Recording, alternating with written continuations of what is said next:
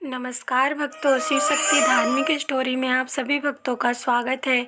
आज हम आपको बताएंगे कि पति पत्नी में झगड़े क्यों होते हैं। अक्सर ऐसा होता है कि हम दोनों पति पत्नी साथ में रहते हैं पर एक दूसरे को कभी समझ ही नहीं पाते कि कैसे हैं मेरे पति या मेरी पत्नी।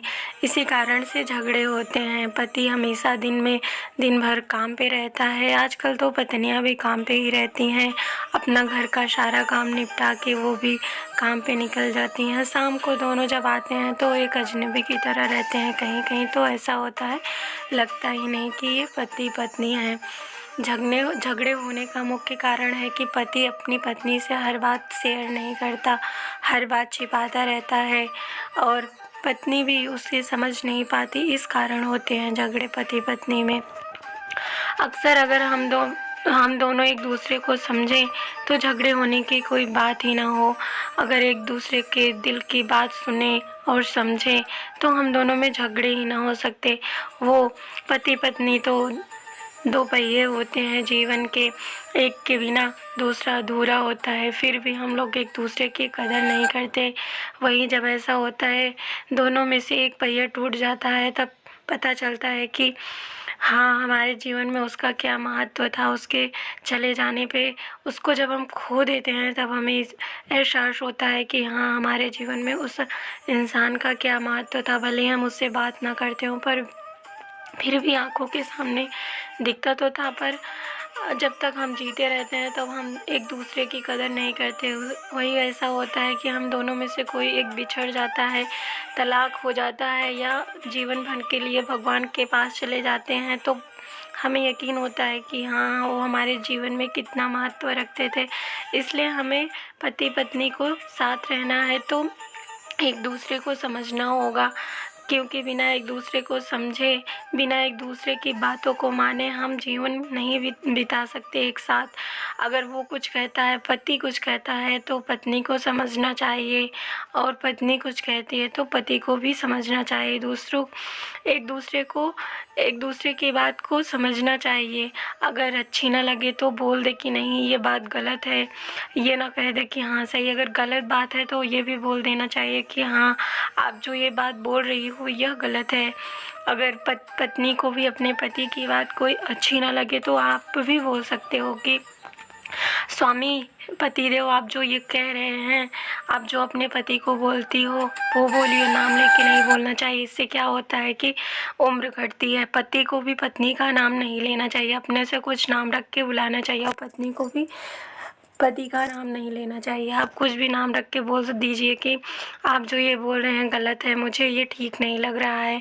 आप दोनों एक दूसरे की दिल की बातों को समझेंगे तो झगड़े ही नहीं होंगे।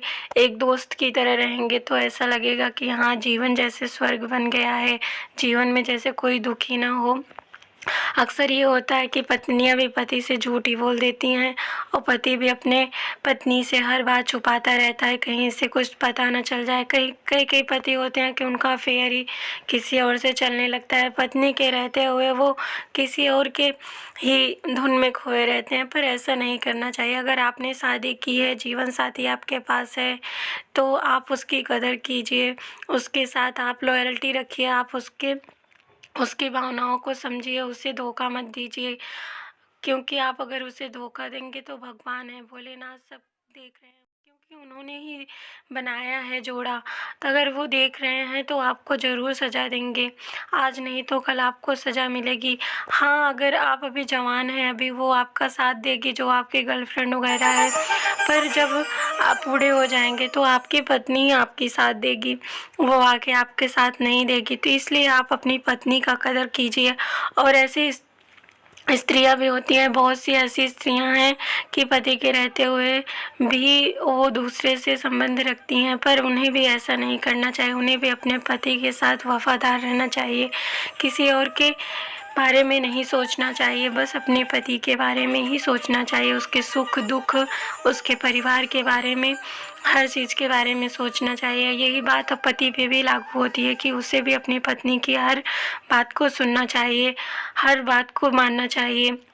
कभी कहीं-कहीं ऐसा होता है कि पति अपने घर वालों की बात ज़्यादा सुनता है और पत्नी कुछ बोलती है तो उसे बोलता है तुम ज़्यादा बक-बक मत करो, चुप रहो, शांत रहो, ज़्यादा बोला मत करो, तुम ज़्यादा बातूनी हो गई हो। पर ऐसा नहीं करना चाहिए क्योंकि आप उसको शादी करके लेके आए हो। वो अपनी खुद से तुम्हारे घर नहीं आई है, घोड़े चढ़ कर गए थे, लेके आए थे तभी आई है। तो हमें अपने दूसरे का कदर करना चाहिए, तभी हमारा जीवन सफल होगा। तो आपको